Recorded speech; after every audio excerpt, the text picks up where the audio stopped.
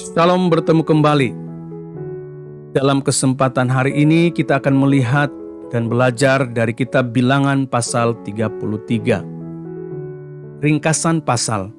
Secara ringkasnya, Bilangan pasal 33 menceritakan tempat-tempat persinggahan umat Israel setelah mereka keluar dari tanah Mesir. Tuhan memerintahkan kepada Musa supaya mencatat semua tempat persinggahan mereka, pasukan demi pasukan, sehingga mereka sampai ke tepi sungai Yordan 38 tahun kemudian. Garis besar Bilangan pasal 33 seperti berikut. Ayat 1-4, melihat ke belakang, apa yang telah Tuhan lakukan.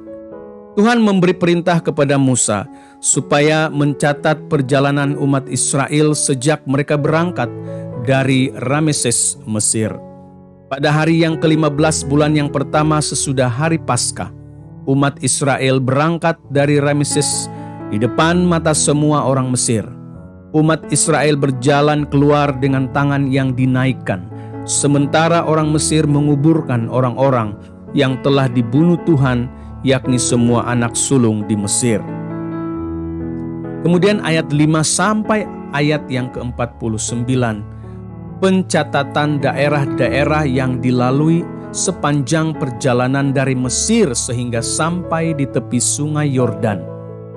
Maka umat Israel berangkat dari Rameses, Mesir, lalu berkemah di Sukot, kemudian berangkat dari Sukot sehingga berkemah di tepi sungai Yordan.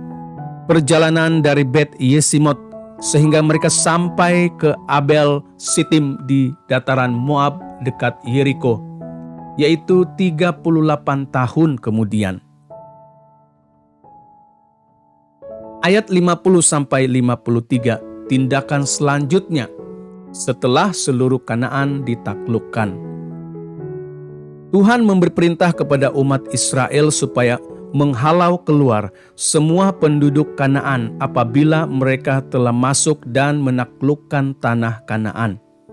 Umat Israel juga harus memusnahkan segala bentuk penyembahan berhala bangsa Kanaan, yaitu batu berukir, patung tuangan, dan semua bukit pengorbanan kepunyaan mereka. Perintah ini diberikan Tuhan sebagai amaran kepada umat Israel, karena jika mereka tidak memusnahkan segala bentuk penyembahan berhala kepunyaan orang Kanaan, maka di masa depan hal itu akan menjadi jerat kepada umat Israel. Jadi umat Israel harus menghalau semua penduduk Kanaan dan membinasakan segala bentuk penyembahan berhala mereka secara tuntas. Lalu ayat 54-56, perintah untuk menaklukkan tanah Kanaan. Tuhan memerintahkan umat Israel untuk membagi negeri itu dengan suku-suku lain sebagai milik pusaka. Pembagian dilakukan dengan membuang undi. Kemudian kepada suku yang kecil jumlahnya diberikan milik pusaka yang kecil, dan kepada suku yang besar jumlahnya diberikan milik pusaka yang besar. Sekali lagi umat Israel diingatkan supaya mengusir semua orang Kanaan dari negeri itu. Karena jika tidak, orang Kanaan yang dibiarkan tinggal akan menyesatkan dan menjadi jerat kepada umat Israel.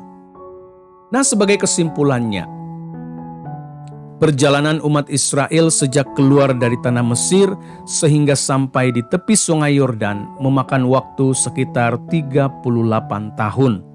Waktu yang lama ini bukan karena jarak yang begitu jauh, tetapi karena Tuhan ingin melatih umat Israel untuk mahir berperang melawan semua musuh-musuh mereka.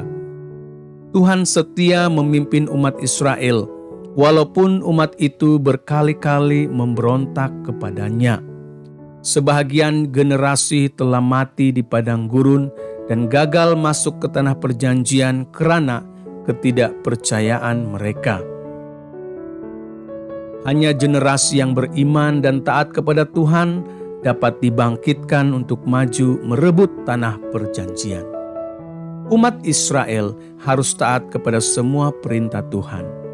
Mereka harus mengusir semua sisa-sisa orang Kanaan dan memusnahkan semua bentuk penyembahan berhala orang Kanaan, supaya semua itu tidak menjadi jerat bagi umat Israel di masa depan.